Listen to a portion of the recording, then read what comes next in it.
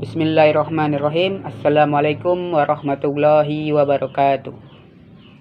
Alhamdulillahirabbil alamin. Assalatu wassalamu ala asrofil anbiya'i wal mursalin wa ala alihi wa sahbihi azmain, amma ba'du. Puji syukur kita marilah kita panjatkan puji kehadiran Allah Subhanahu wa taala yang telah memberikan kita rahmat dan karunia-Nya sehingga kita dapat hadir di masjid yang kita cintai ini.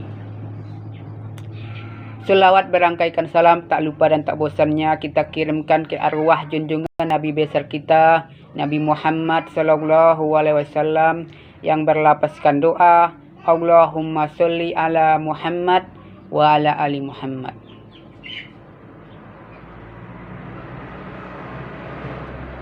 Adapun judul khutbah Jumat kita pada kesempatan kali ini ialah 4 golongan manusia senantiasa dirindukan surga. 4 golongan manusia senantiasa dirindukan surga. Jamaah rahimakumullah.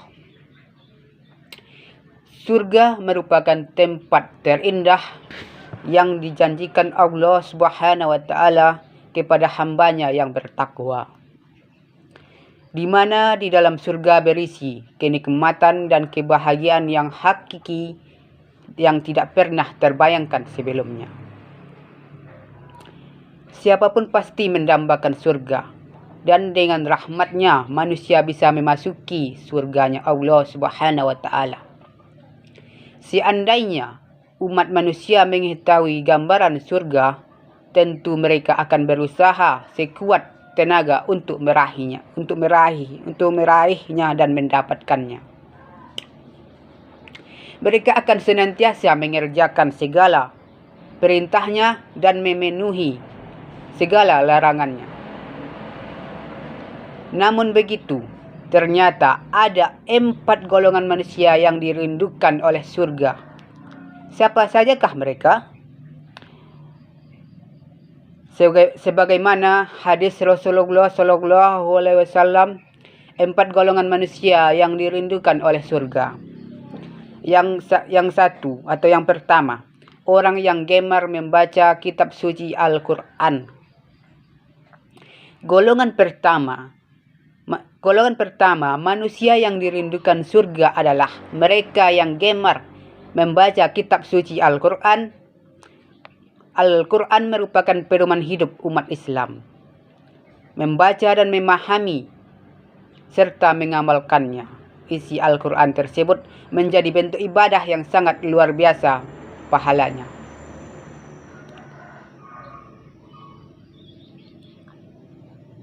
Allah Subhanahu wa taala berfirman yang artinya, sesungguhnya orang-orang yang selalu membaca kitab Allah dan mendirikan solat dan menafkahkan sebagian rezeki yang kami anugerahkan kepada mereka dengan diam-diam dan terang-terangan, mereka itu mengharapkan perniagaan yang tidak merugi.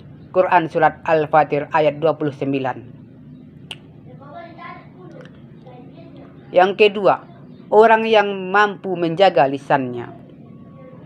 Golongan manusia yang dirindukan oleh surganya Allah Subhanahu wa taala berikutnya adalah mereka yang senantiasa menjaga lisannya dari perkataan yang tidak baik. Orang ini yang mampu menjaga lisannya tentu tidak akan menyakiti orang lain dengan perkataannya. Hendaklah kita menjaga lisan kita sebagai bentuk ketaatan kepada Allah Subhanahu wa taala dengan perkataan yang baik dan bermanfaat.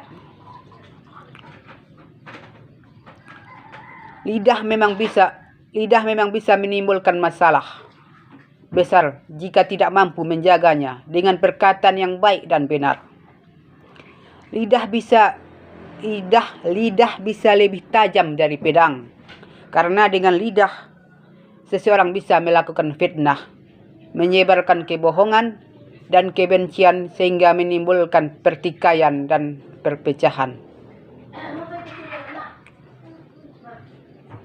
Dari Abu Hurairah radhiyallahu anhu, sesungguhnya Rasulullah sallallahu alaihi wasallam bersabda, Siapa yang beriman kepada Allah dan hari akhir, maka hendaklah ia berkata baik atau lebih baik diam. Barang siapa yang beriman maka hendaklah ia memuliakan tetangganya, dan barang siapa yang beriman kepada Allah dan hari akhir, maka hendaklah ia memuliakan tamunya. Hadis riwayat Bukhari. Yang ketiga, orang yang memberikan makanan kepada mereka yang kelaparan. Golongan selanjutnya yaitu dirindukan surga adalah mereka yang memberikan makanan kepada orang yang sedang kelaparan. Kebiasaan bersedekah dan membantu orang lain yang membutuhkan memiliki banyak keutamaan karena amalan tersebut merupakan perbuatan yang sangat mulia dan berpahala besar. Rasulullah SAW bersabda, Allah tidak menarik kekasihnya kecuali atas kedermawaan dan akhlak yang baik. Hadis riwayat Ibnu Hibban. Yang keempat, orang yang berpuasa di bulan suci Ramadan. Di bulan suci Ramadan, Allah telah menjanjikan kepada hambanya ampunan dan pembebasan dari api neraka, terutama bagi mereka yang ikhlas menjalankan ibadah puasa, menghidupkan malamnya dengan solat, dan senantiasa mendekatkan diri kepada Allah Subhanahu wa Ta'ala. Rasulullah SAW bersabda, siapa yang berpuasa di bulan Ramadan karena iman dan ikhlas, maka akan diampuni dosa-dosanya yang telah berlalu. Hadis riwayat Bukhari Muslim. Rasulullah SAW bersabda, di surga ada 8 pintu. Di antaranya ada pintu yang dinamakan Ar-Rayyan. Tidak dibolehkan memasukinya kecuali orang-orang yang berpuasa. Hadis riwayat Bukhari. Setelah kita mengetahui ciri-ciri 4 golongan manusia yang dirindukan oleh surganya Allah Subhanahu wa Ta'ala, sudah sepatutnya bagi kita untuk berlomba-lomba dalam kebaikan, keimanan dan ketakwaan kita kepada Allah Subhanahu wa Ta'ala. Sekianlah khutbah Jumat kita pada kesempatan kali ini. Wassalamualaikum warahmatullahi wabarakatuh.